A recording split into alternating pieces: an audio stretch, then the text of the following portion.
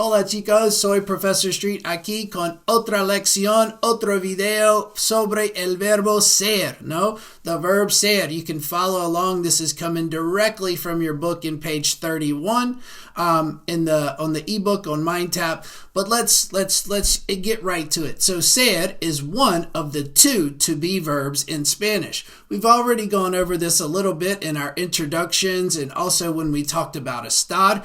But remember, ser is one of the to-be verbs in Spanish. Like always, it's important to say things aloud so you will start to ground your understanding in these concepts, right? These fundamental concepts that will continue to repeat over and over again. So say along with me the conjugations. Yo soy, tú eres, usted es, él, ella es, nosotros, nosotras somos, vosotros, vosotras sois. Ustedes son, ellos, ellas son. So remember, saying things aloud is fundamentally important. But let's get into why ser is a little bit different than estar. So the verb ser is known as a linking verb. It connects two parts of a sentence together. It's often used before nouns to identify people, places, or things. Notice the question words that are used to request identification. So que and quien. Que is esto. What is this? Es una tableta. ¿Quién es ese señor? Who is that man? Es el profesor Sánchez, right? So remember, que or quién. What is this? Just identification. We're just trying to figure out what things are, right?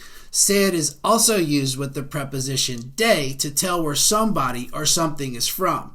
So we've already seen this with the question, ¿de dónde eres? From the introductory video, right? Yo soy de Baton Rouge, Louisiana.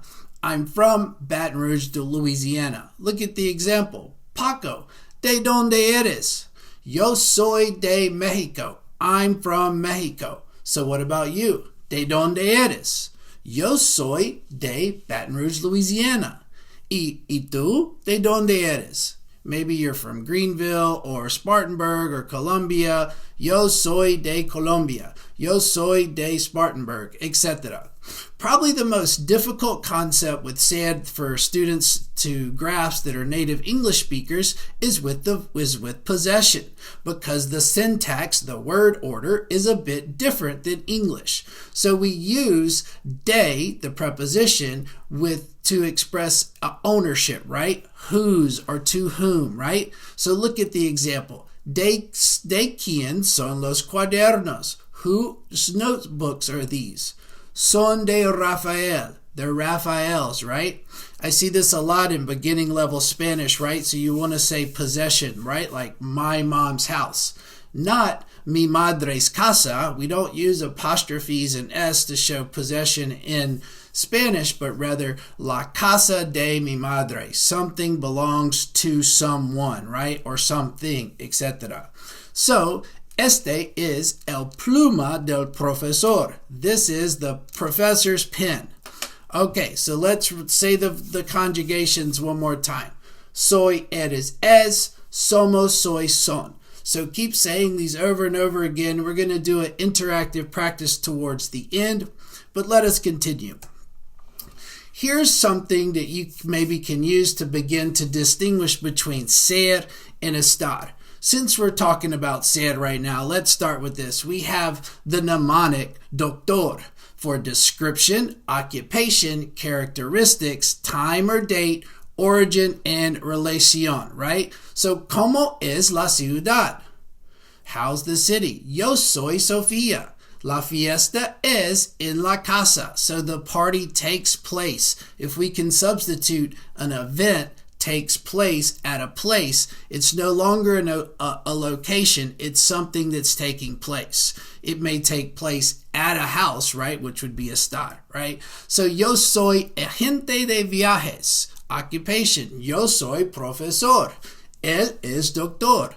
La ciudad es bonita. Característica. This is an identification of the city. Somos muy inteligentes. It's a characteristic of ourselves, right? So this is a personality or trait that continues over time for a long time. So say it, right? Time and date. Hoy es miércoles. So this will never change. Today will always be Wednesday in this particular scenario. ¿Qué hora es? Time, right? Son las 2 de la tarde. Y origin. Vosotros sois de España, ¿verdad? Remember, yo soy de Baton Rouge. And relationship and religion, right? Ella es mi hermano. Ella es mi exnovia, etc. In comparison, we have estar, right? So estar is, we have place, right? How you feel, where you are, use the verb estar. Position, localización, which means place, acción, right? Condiciones, conditions, and emociones. How you feel, where you are, use the verb estar. Los libros están en su estante. México está al sur de los Estados Unidos. The books are on the bookshelf. Mexico is to the south of the USA. Location. Estamos en clase. Right now, we are physically in class. El garaje está al lado de la casa. So we have the house. The garage is right next to it. That is location. Action. Estoy limpiando el patio. We haven't seen this yet, but this is the ing in Spanish, right? I am cleaning the patio. Está durmiendo en su alcoba, right? Whoever the subject is, he or she is sleeping in the bedroom, right? Conditions. El café está frío. The coffee's cold. La comida está rica. The food is very rich, right? Mis flores están muertas. The flowers are dead. These are conditions that happen in this moment, right? Estoy muy triste. So I'm very sad. Feeling, right? Ella está contenta. Another feeling. Y estamos tranquilos. So remember, ser, more physical personality characteristics, occupation, origin, description, estar, position, place, action, conditions, and emotions, right? This is something that it's okay to not get 100% right away. This concept will repeat as you progress through your language classes here at the University of South Carolina. So remember, some of these concepts are really big. They may seem simple, but they're not. They're going to repeat over time. So getting an understanding of how they work will continue to help you as you advance through your Spanish classes at the University of South Carolina or wherever you go. Okay, let's talk about I, because they mention it in the book on page 31. We've already talked about it a little bit in a previous video. It's a verb, it's haber. It's one of the only auxiliary verbs in Spanish. And so for the sake of this class, we will only see the verb as I, H-A-Y, right? I, and it means there is, there are. Think for a second of all of the times in English each day you either say, think, or read, or see in a text, or hear someone else say, there is, there are something, right? All the time. It's used all the time, right? So it's as used in many other languages as frequently as well. So it's super important to get the hang of this one, right? And it's not that difficult because it doesn't change, right? It's only there is and there are. Hay 25 estudiantes en la clase de español. There are 25 students in the Spanish class, right? So, hay un Diet Coke, right? There's one Diet Coke, right? Hay un pluma. There's one pen. Hay dos niños. There are two children. So the context will tell you if it's singular or plural. But remember, there is, there are. Muy bien, chicos. Vamos, continuemos. Okay, so let's do a little interactive practice here. So you say along with me, what are we going to use in the following scenario to describe a health condition? Are we going to use ser or are we going to use estar? That's right, it's temporary, right? You may be sick now, but next week you may feel fine, or vice versa. To tell time. Which one do we use to tell time? La hora, right? Ser, muy bien. To describe an inherent characteristics. This is part of your identity. It makes you who you are. Muy bien. Ser, To tell where a thing or a person is located. How you feel, where you are, use the verb estar. Muy bien. To tell about someone's profession. Sure, it may change over time, but it's part of the person's identity in the moment, so it's said, right? Remember the one I said that was difficult? To say to whom something belongs, right? Not mi madre's casa, but la casa de mi madre is la casa de mi madre, so ser. To tell where someone is, right? Again, location. To describe a temporary condition. Keyword here, temporary. That's right, estar. To make a generalization, right? We didn't cover this explicitly. This material comes from another text, but we use these all the time, right? We say it's good, it's bad, it's normal, it's okay, right? Ser. Is bueno, blah, blah, blah. Is necesario, is necessary, right? To tell what something is intended for, right? Ser. Este pluma es para mi hermano, is for my brother. Muy bien, chicos. How'd you do on those? You just got to keep engaging with the material and you'll continue to do well. All right, now let's practice together with me, right? So this is directly on page 31 in the ebook. I brought it over to the PowerPoint. So vamos a practicar con el verbo ser. So when we're approaching activities like this, let's figure out as much context as we can. The instructions, the title says, we're going to practice with the verb ser, right? So we know these are going to be the verb ser, right?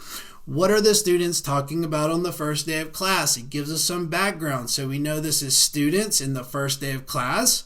So I changed the instructions a bit. You're going to work with me reading aloud to complete each sentence with the appropriate form of ser. Remember, speaking aloud really helps you ground these concepts, right? If you're doing it all in your head and you're never saying anything aloud, it's going to be very difficult to get past just rote memorization. And that's going to make it difficult from you from the jump if you don't start to understand the concepts, right? So we have a conversation, it looks like, between Ana, Marcos, and Rafael. Okay, so let's read along. Marcos, te presento a Rafael. Rafael blank un nuevo estudiante. So let's see, Rafael, this is identifying who Rafael is, right? So Rafael is un nuevo estudiante. So Marcos says, Hola, Rafael, ¿de dónde blank tú? So typically how conversations work and you're meeting new people, someone says, hey, this is Rafael. The next follow-up question is going to be, where are you from? ¿De dónde eres?